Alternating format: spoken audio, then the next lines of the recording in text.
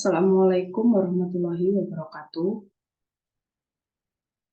Selamat pagi Pak Ari dan teman-teman semua. Perkenalkan, saya adalah Dirusta Anggraini. Saya dari kelas 5A, Pendidikan Guru Sekolah Dasar. NPM saya 2103050008. Tujuan pembuatan video ini adalah untuk memenuhi tugas asesmen tengah semester mata kuliah literasi data dan teknologi manusia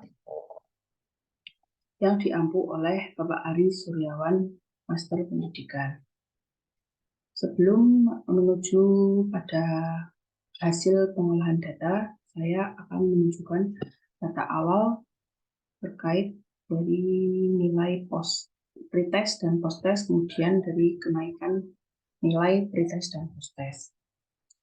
Ada sekolah A, B, C, dan D, dan E, yaitu dengan nilai pretest sekolah A, sekolah B, sekolah C, sekolah D, dan sekolah E, dan kemudian ini yang di sebelahnya adalah nilai posttest, dan yang di sebelahnya adalah kenaikan dari pretest dan posttestnya. Baik, kita langsung ke hasil pengolahan data. Data pretest yang pertama adalah saya mencari data dari rata-rata keseluruhan pretest dari sekolah A sampai sekolah E. Kemudian saya mencari rata-rata dari masing-masing sekolah, yaitu sekolah A, B, C, D, E. Hasil rata-rata keseluruhan pretest sekolah A sampai E yaitu 54. Sedangkan untuk sekolah A itu 49, sekolah B 48, dan sekolah C itu 52. Sekolah D 66 dan sekolah E 53. Dari hasil rata-rata keseluruhan pretest sekolah A, B, C, dan E, kemudian dibuatkan diagram batang sebagai berikut. Dari hasil rata-rata pretest yang sudah saya cari, saya menggunakan acuan rata-rata dari keseluruhan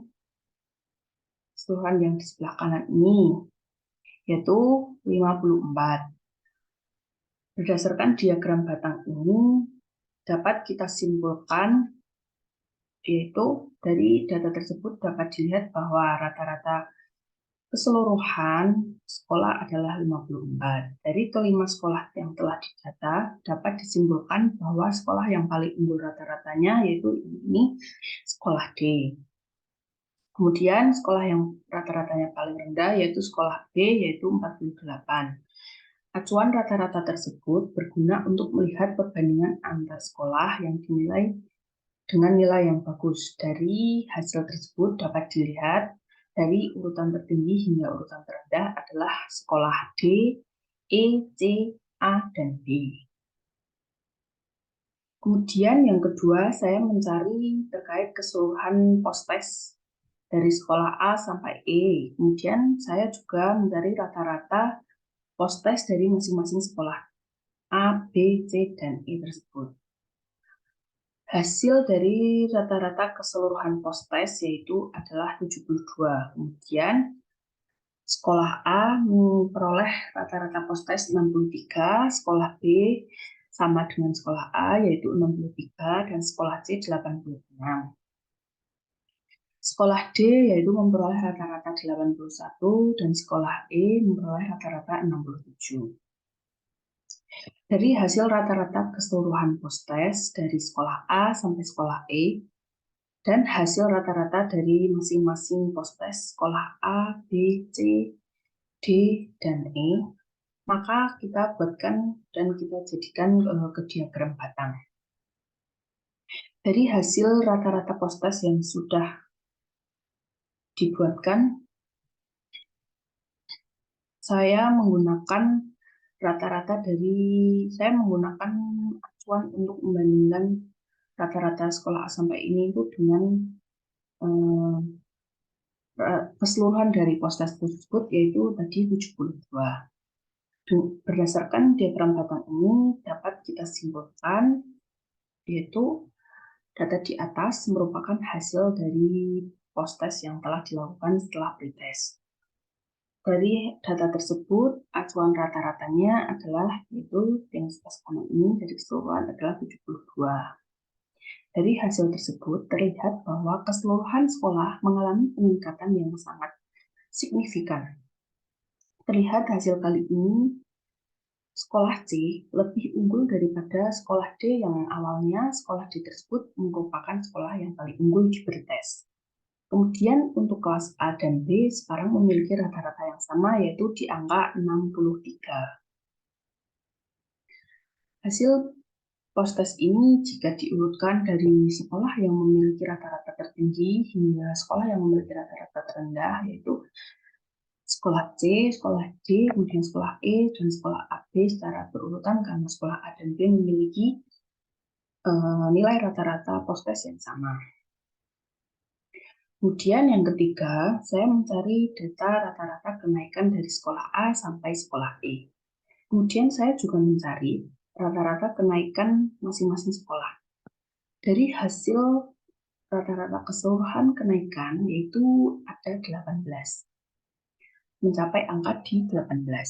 Sedangkan rata-rata kenaikan sekolah A itu 14 dan rata-rata kenaikan kelas sekolah B itu 15 dan rata-rata kenaikan sekolah C itu 34 dan rata-rata kenaikan sekolah D itu 15 dan rata-rata sekolah E 14.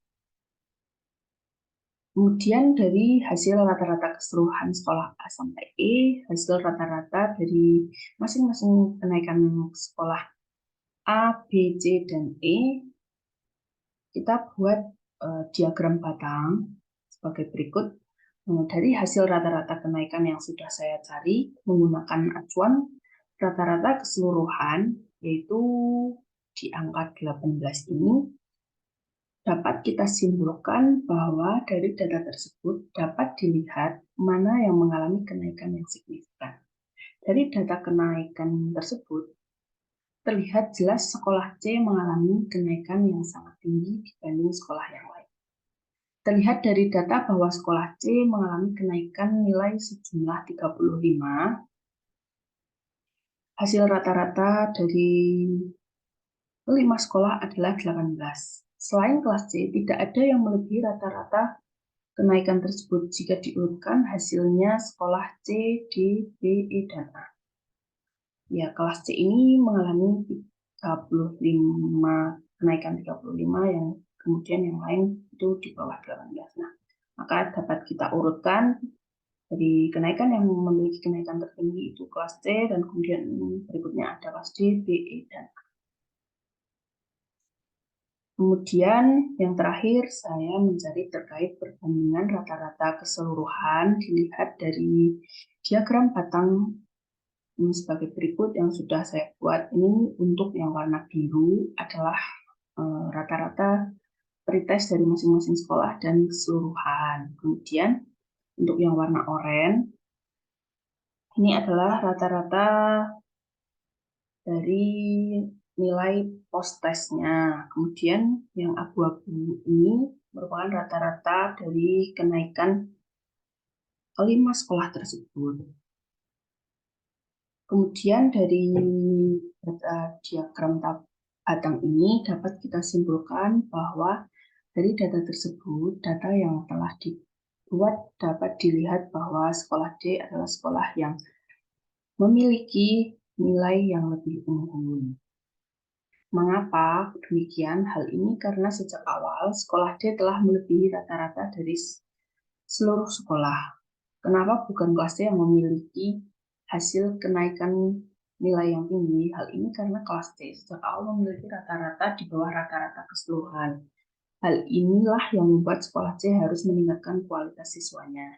Jika mungkin kelas C dari awal sudah di atas rata-rata keseluruhan, maka sekolah C lah yang unggul dari sekolah D tersebut. Jadi, pengolahan data yang saya buat ini dilihat dari awal saya mencari rata-rata. Ini dapat kita simpulkan dapat menjadi bahan evaluasi bagi para guru dan kepala sekolah untuk lebih meningkatkan kualitas pembelajarannya supaya hasil belajar yang didapatkan dapat menjadi lebih unggul daripada sekolah-sekolah lain.